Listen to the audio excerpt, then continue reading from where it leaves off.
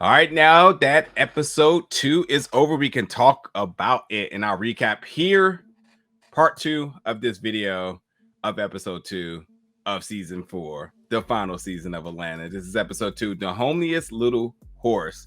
This is let's just start with what we kind of wanted to kind of talk about with the first part of this, the continuity. Are we still driving down the same path here? Yes. This is what they want. This is what they wanted. This is what we got. Same old wackiness from one episode to the next. The story is continuing. Continuity is there. At least I agree. I also said that obviously there's continuity between last season too. So like last season, although like things were kind of all over the place, we already got Paperboy talking about him going on a stadium tour. He referenced something else too that he did. Oh yeah, I'll talk about it a little bit. But yeah, definitely things of third season definitely has ramifications in this season. So looks like we're going to get back to, as we said, Atlanta of old. But ultimately, what did you think about this episode? Man, if you wanted an episode with a message, I feel like this was it. This was a love letter right here to the whole rap industry in an entire episode. What do rappers do when they start to age out and they start to become irrelevant? They got to go down a different path. They got to go down a different means to make money, because that's where it becomes. So this like I said, this whole episode is just a whole shout out to the rap industry and management and just the artists. What they do is they set up their retirement plans going forward. Yeah. Hey, rest in peace, Yodel Kid. My man had bars. I was definitely, I was, listen. Yo. I knew he wasn't gonna survive this episode, because I knew in terms of them poking at the rap industry, I knew somebody was gonna be on drugs, and I saw when they were in the school scene. I said, yeah, he's definitely on the lean. He was and going sure too enough. hard. Yeah, he definitely. It was only a matter of time with him falling around everywhere. I was like, it's only a matter of time before he be the one that died of some overdose. So, anyway, let's another shout out to young artists that die young and blow up as soon as they do it. So yeah, that's true. Got his Grammy off of that and everything. Anyway, let's start with the top of the episode. We kind of bounce around here before all the things kind of happening, but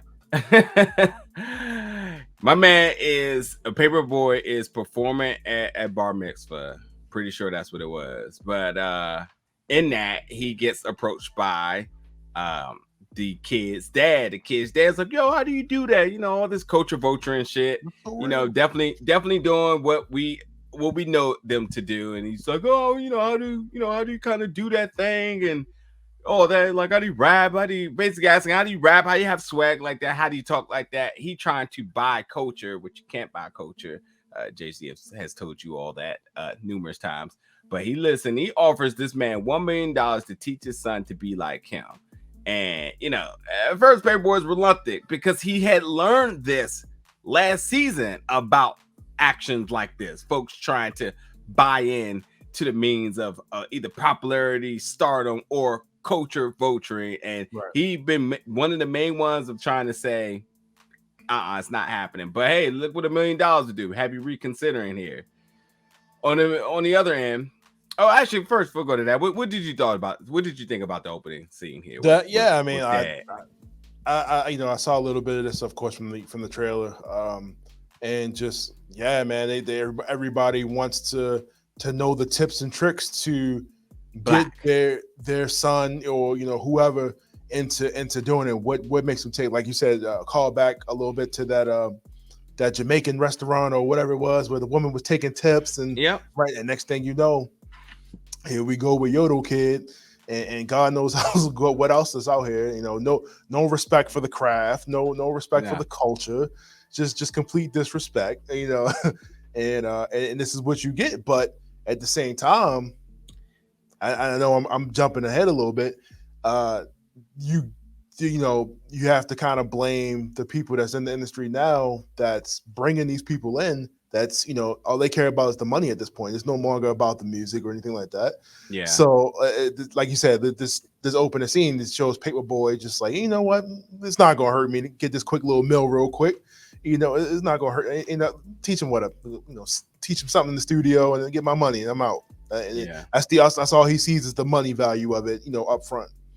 Yeah, I mean, this young generation don't know the ones who paved the way for them, No, which is they don't know who definitely you are. a nod towards that. Which is why Paperboy is like, "Hey, I'm from Atlanta, from the streets, from the ground up, built himself, went on a world tour, did what he had to do, and now he come back and you know who I am. That don't make sense. So, yeah, that's definitely a big message to be learned from that."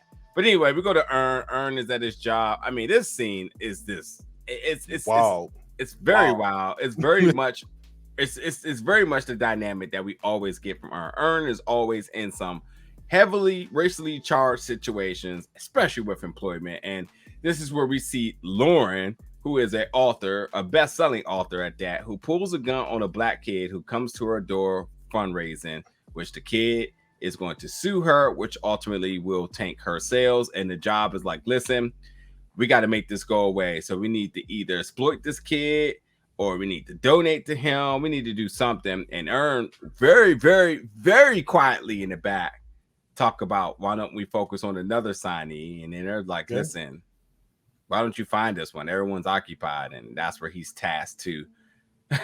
Why can't we bring in D'Angelo? Very random choice. And he texts us and says, do you have D'Angelo's braider number still? Which is completely funny. But anyway, what did you think about this part of this episode? That wow, and it's a very realistic, situation because PR control is, of course, a thing. What can we do? Instead of, hey, let this person go, what can we do to manage the situation and kind of make it wasn't even a question, and they were going to mitigate this to the best possible outcome for Lauren by any means necessary. There's no solvable solution to pulling a gun on a young black kid at your door. You know what I mean? Yeah. What was he selling, cookies or dropping off a package or something?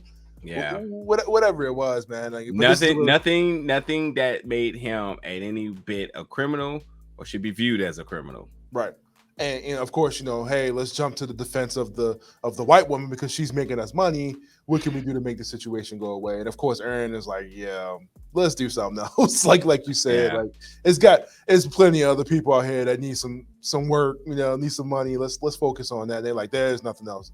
So there's a shout out to these companies that we've seen time and time again defend people or continue to back people up, and they somehow do a good job because it definitely goes away after like a week. Like, nothing stays around for too long unless it's on Twitter, apparently. But yeah, I just thought that was interesting, man. Just to kind of see how he was like the only black guy in the entire room, if I'm not mistaken.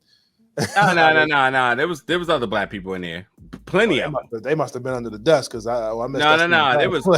There was plenty of them. There was a guy right next to him. There was on that first view. There was a woman at the very end of the table sitting down. There's plenty in there. So this is that is another example of like, with there being other black people in the room, why is he the only one to speak out about that situation? Yeah. Why people scared to lose their jobs? They don't want to rock the boat. They can simply be like, yo, nah, that's no. You know what I mean? Yeah. So, when they make these hires and they put people in the room, well, they can say, well, there are black people in the room. They just didn't say nothing. For sure. So, for sure. It's a wild scene. 100% accurate there. Anyway, we get Paperboy at the studio now because he decided to take the job, and this man Yodeler in the studio rapping. He's there. He's there to work with Benny, who Benny is like the fake producer, also going to get in the booth at some point. But Yodel Kid is out here just doing whatever. But his pregnant girlfriend is in the back drinking a Capri Sun. I'm just going to bring her up because I'm going to bring her up a little bit later. But anyway, Lil Rick comes in. Yeah. I'm Rickin' and Rockin' is the most trash lyric that will actually work. Somebody is going to use that, and I guarantee it'll be a TikTok. The real talk, it'll be a TikTok. Give it a week. I'm not even playing. It'll be a TikTok. It's literally it's designed to work this way because Atlanta is about to prove how something so satirical but yet trash can literally become popular and gain fame. And this is definitely just watch. Anyway, he meets another rapper inside of there. What was his name? Bunk. Otis from the Temptations. That's his name. Bunk is in there, and Bunk is doing exactly the backwards thinking that Al has learned from last season in terms of investment in your stuff. And he's just like, listen, you ain't making money if you're saving money. Complete wrong philosophy. He gets back home and it's just the same old thing what he left from. I mean, I love this scene because it's absolutely perfect. He goes international. He learns the means of becoming successful, becoming a global star, properly investing your money, and not being a person who just completely wastes their money, ends up broke, one hit wonder, and then out of the game. He comes back and you see folks already preaching that stupid philosophy that he had just learned to get away from. But there seems to be another motive after that. Anyway, Ern's on his way to find D'Angelo. He's like, rallies in Georgia. I'm not sure if rallies are in Georgia. I think there is because Checkers is up north, so I think that makes sense.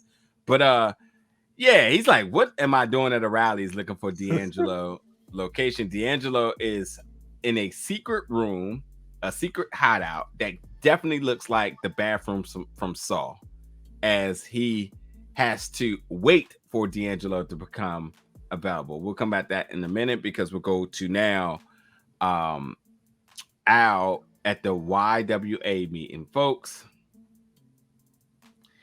Young white avatar meeting. My man gets up there with the God Save Me from the Trap shirt. He preaches that this ain't about rap, because if it was about rap, then Cassidy would be the most successful person out there. Why did my man Cassidy have to catch a stray like that? Like that's his code. And then he's preaching optics, and they put out the mission statement: YWA plus Grammys equal money. You got to get your young white avatar. You got to try and catch them all. My man said like Pokemon. I swear to God, this show is so wild.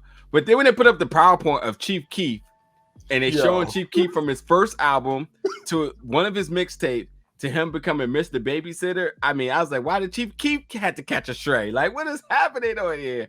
But anyway, he did mention he said you don't want to end up like Blue Blood, which points back to last episode. So again, to the continuity factor. And I keep bringing up the continuity because last season sort of started to feel like an anthology, but this one definitely is a season storytelling. And obviously they pointed back to last season stuff. So that tells you like, this is definitely, flowing like a season. But him bringing up, you don't want to end up like Blue Blood is exactly what we talked about earlier in this review in terms of like how he said, hey, no one even knew he had an album until he died. And it also kind of struck a nerve with Al because that was his homie. You know what I mean? He really respected him. So like my man whole philosophy in trying to get people to buy into his whole, mission statement of YWA plus Grammys equal money. Well, he had him sold right there. What is your thoughts about this whole ridiculous meeting amongst rappers? Oh boy, I let you say, that whole thing just reminded me of the whole Pyramid Primerica situation where a friend tell a friend and you recruit somebody in, and this is how you make money. Situation where in this case it's let's snatch up these white kids and turn them into artists, and the streaming is where the money is. So. Yeah. We see them come around, like you said. We've been introduced to, Yodel Kid, little young Rick Moranis and stuff like that. And as they show you in the PowerPoint slides, rappers age out at some point, and you gotta diversify. You gotta go somewhere else. You either producing or you are managing other talent. We see that in the rap industry today with people like Jay and M and them having their own labels and bringing people in somehow they're still rapping, they're still relevant, but they have younger talent, and I mean, you brought up two legends though, so that the argument's a little bit different here. I mean, when you talk about well, folks well, who well, yeah, but you know what I mean, like no, they're still rapping. They don't have to, you know what no, I mean? but I mean, like if you're trying to make it an example here, you're talking about rappers who were once prominent, who Oh, are you talking nowhere about to like be found. one hit I'm wonders, not even like talking about one hit wonder. I'm just talking about people who were once shining. That is not a thing now. I mean, Waka Flocka comes to mind. That was somebody who was nuclear hot, who just is like, where are you? You know, right, right. what are you going to do to kind of figure things out? You know what I mean? I mean, there's a bunch of people in Atlanta you could talk about. Travis Porter, like, where are you at right now? Like, you haven't seen that group in a while, and I think that's like what they're kind of getting at. And I think, you know, when you take a look around at certain artists right now, you're saying like, well, who potentially could be that person? Who's going to either be able to reinvent themselves, who's going to either be able to properly invest, and who ultimately is just going to fall victim of everything that's happening right now and end up nowhere. And I think, you know, some people do have to make difficult decisions in terms of how they want to handle their career. I think when you thought about somebody like Young Berg, who came out, had a few hit songs, got his chain snatched, disappeared, came back as hit maker, and he's one of the hottest producers right now. Can no one tell me different? So you got to just figure out how you're gonna handle it. Either you just, either you adjust by the times, or you just tank. I'm not saying you need to go out here and get you a YWA, but I'm saying like this is a call to saying like, hey, these white people, they're figuring it out how to stay relevant. I mean, we just had that one dude that, you know, got his metaverse rapper signed. Oh yeah. And what? So, you know, things are kind of working and people are getting. And damn, when did they film this? Like this is clearly like over a year old. So that Avatar thing was just recent. So that's man, this talk about the Simpsons. Yeah. So it's just, you know, it's always something to kind of make of these messages and kind of figure out the relevance as to why, you know, they would write such a story. There's always something behind it. And whether it's directly about somebody or it's for somebody to think and take a message out of it, it has some relevancy to some point. But to continue with your point. Well, yeah, you know, just the whole, you know, I don't know, you know, clearly Al is like in his 30s at this point. So, I mean, he knows at this point, like he's only got so much left. And, you know, he's thinking like, hey, you know, I got to try to save money. And like I said, about a PowerPoint in the slides, like, you know, this is the way he has to go. Ultimately, he realizes this, you know, this is not for him. This is not the style he wants to go about it. But it's just wild because, like I said, this is a real thing. And I mean, you could pull up TikTok or Instagram right now, and you can clearly see any of that right now. Like people that should clearly not be famous or be getting the views that they should be getting, and the shit is garbage. Yeah, TikTok is giving people way more clout than they deserve. So everybody got a platform. So and people are remixing other people's songs and getting popular, which I also think is very trash. But that's a rant for another day. I'll leave that alone. You know, and to jump back to the point of like, yo, these kids don't even know who you are. Like, I know. I was talking to people, they don't even know a song until TikTok makes it freaking relevant or makes it popular or becomes a part of a dance. That's a fact. Like, there's that one song, and again, I don't know who the hell the person's song is, but it's definitely ripping off Bruno Mars, and I'm just like, there used to be a certain rule back in the day where you just don't touch certain people's music, and I think Bruno absolutely sits in that class of just folks who are just respected enough that you just don't touch their stuff. You know, he's not legend yet, but he's definitely toting that way. And there's the TikTok song. It's like the Talking to the Moon song. They completely got their own version.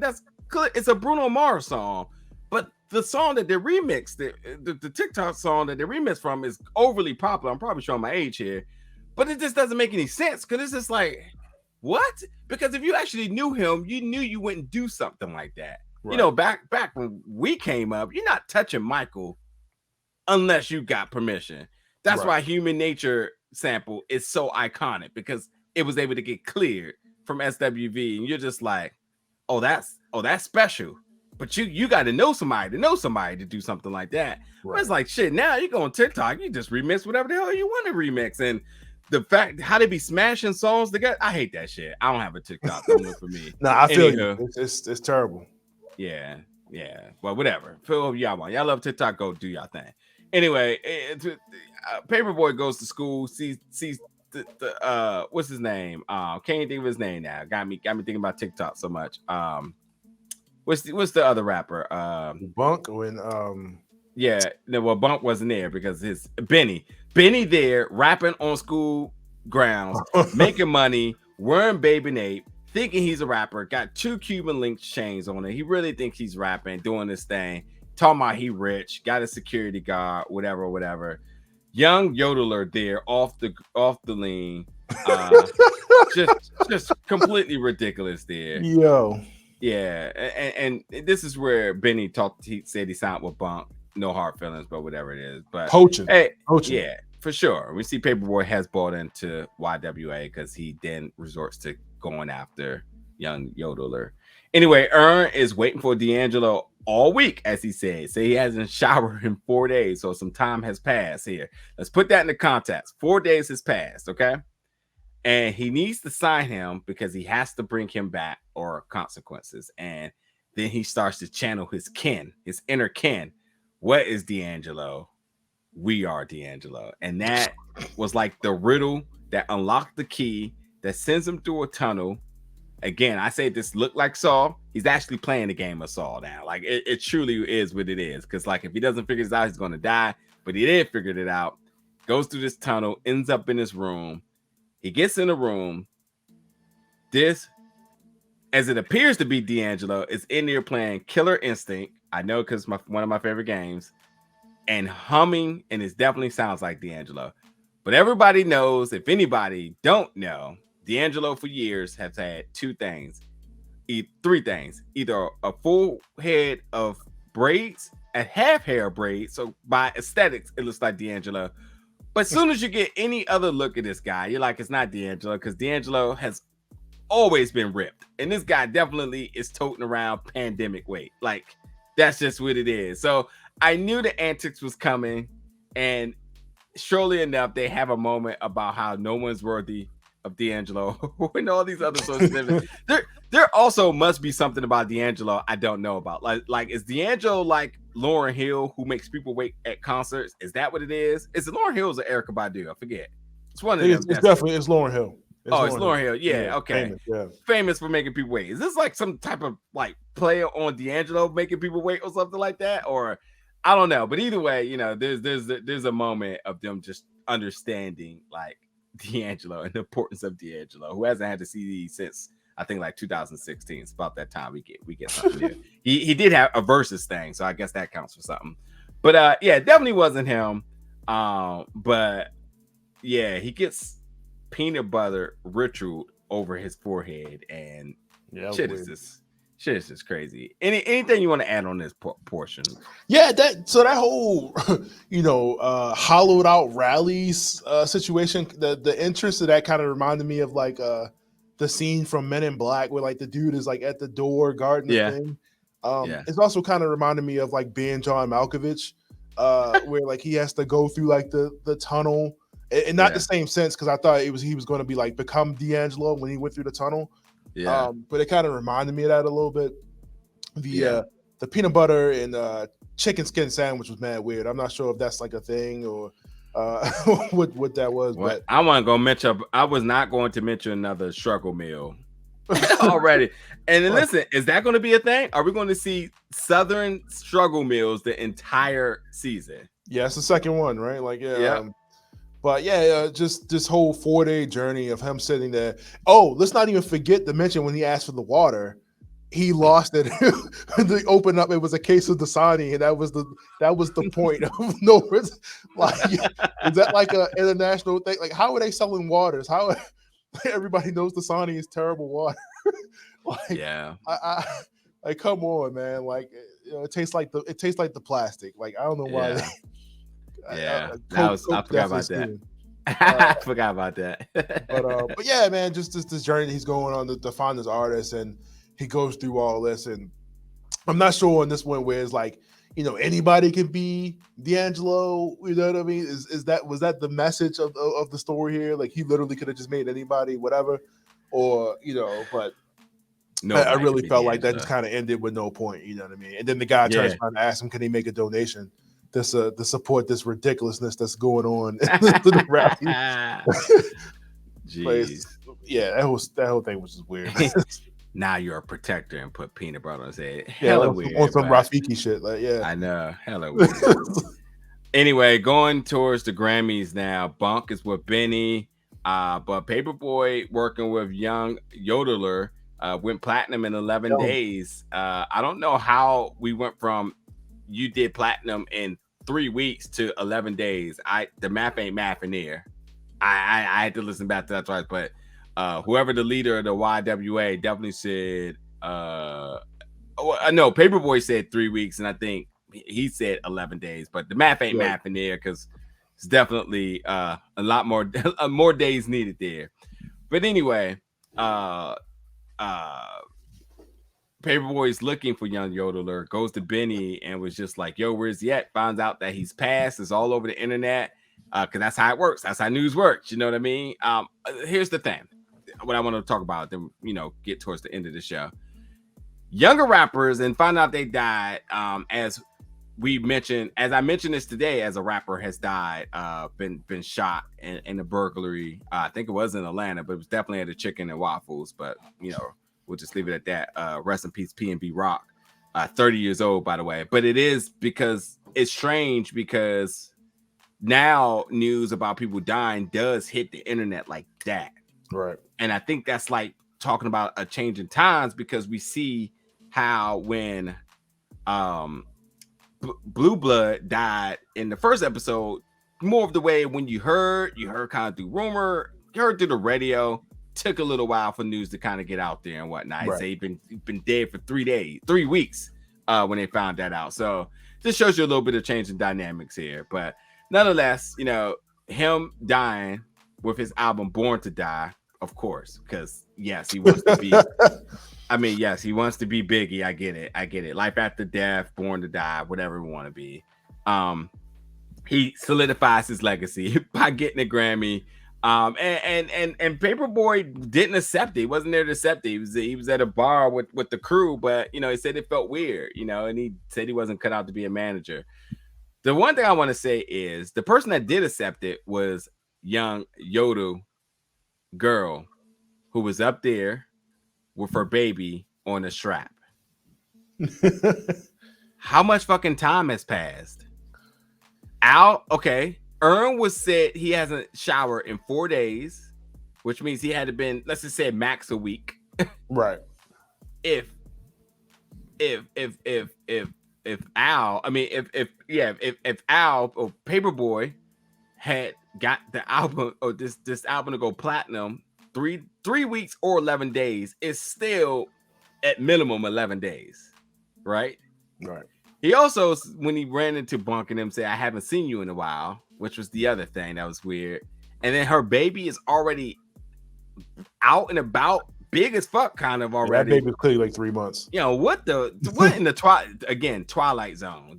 Shit is weird again. Time is irrelevant here, so very weird, strange episode, but it is what it is. And last thing is Paperboy mentioning that the manager thing ain't for him, and he kind of asks how Earn does it and so on. And yeah, so a little bit of nod towards everything Earn has been through in terms of being a manager and his appreciation for what he's done, which I think is a very recurring theme, is that one way or another, Paperboy is continuously acknowledging Earn's hard work for being a manager, and this is just another one for it. So anyway, your overall thoughts about everything in this episode?